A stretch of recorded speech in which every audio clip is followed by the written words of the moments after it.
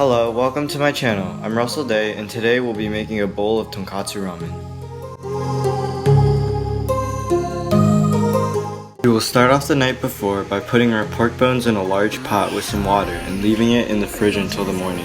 Ramen stew, we will be using around 1 to 2 pounds of pork bones, ideally bones with little to no meat on them. The meat gives the soup a different flavor, and I personally prefer a broth stewed from bones with less meat. Alright, give me a second to rinse my hands. Now I will fill the pot with water so that the bones are fully submerged, but don't do too much or too little. And now notice how relatively clear the water is compared to what it will look like in the morning. Then into the fridge it goes.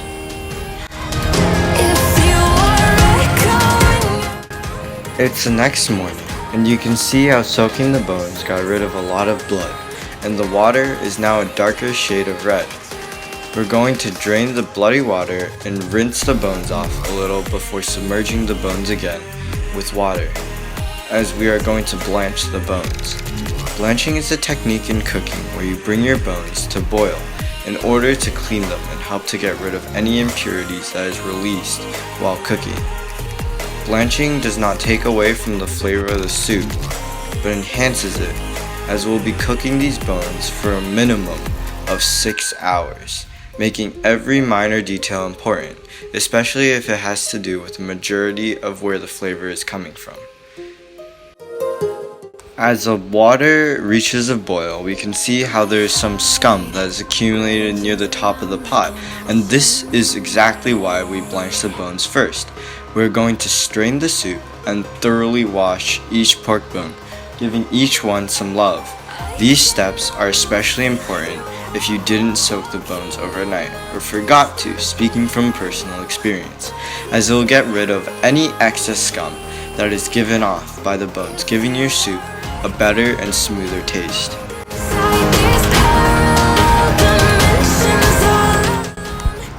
Finally, we are going to start working on towards that final broth. Into the soup goes our blanched pork bones, and then fill the pot with water a few inches above where the bones are. Then we're going to add some kombu, which is dried seaweed or kelp, a few bunches of green scallions, I used 3, and then 3 slices of ginger, each around 1 centimeter thick, and a handful of dried shrimps.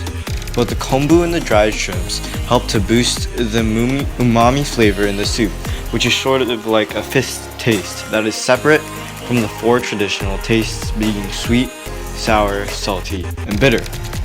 It can sort of be described as a meaty, broth-like, or savory taste, and is the taste of monosodium glutamate, or MSG.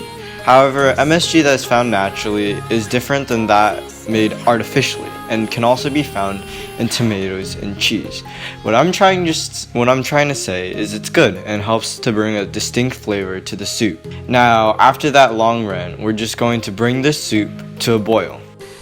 And while we're waiting for the soup to come to a boil, soak some dried shiitake mushrooms in some water that we'll put in the soup in a later step. I used 6 medium-sized mushrooms, and again, the shiitake mushrooms will boost the umami in the soup, giving it a richer taste. Once it reaches a boil, take out the kombu, then try to skim off some of the residue that is given off by the bones on the top of the soup. The bowl of water is for me to easily clean the sieve. Every 5 minutes for the first 30 minutes it comes to a boil, come back to skim if needed, and once that's done you can put in the mushrooms that we left aside. Then the broth needs to be left to cook for at least 6 hours. Adventure, then fly to home. But if you wanna travel, then go alone. While we're waiting for the soup to cook, we can make some of our toppings. One of my favorite toppings is the meat. Today we'll be making marinated Japanese sliced beef. First, we need to find a sliced beef. I choose a fatty cut of thinly sliced beef and around 1 pound of it. Then we're going to add equal parts of sake or Japanese wine, but you can also use white wine, then soy sauce and some mirin. It doesn't matter how much you add, just remember equal parts of each. So a cup of sake to a cup of soy sauce to a cup of mirin. Then bring it to the fridge and let it marinate for at least 30 minutes.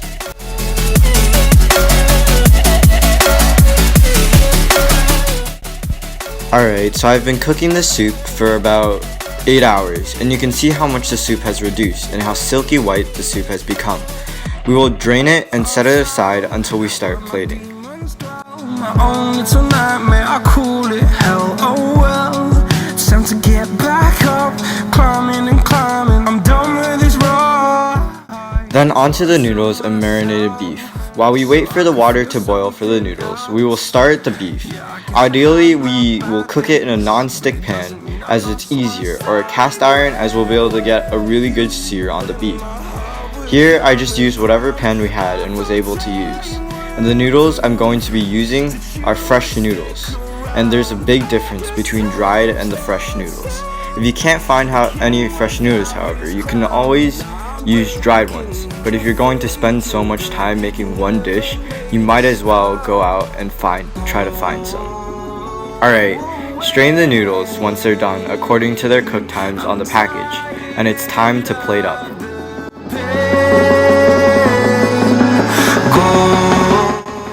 So I'm going to make a shoyu ramen from this tonkatsu stock. I'm adding around a half a tablespoon of soy sauce. You can substitute this with salt instead of soy sauce.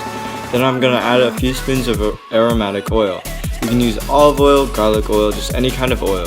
We didn't have enough time to go over how to make this video.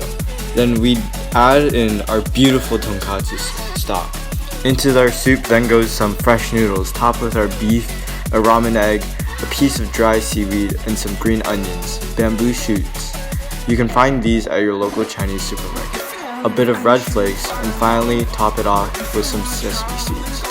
And there is our final product, a beautiful bowl of tonkatsu ramen.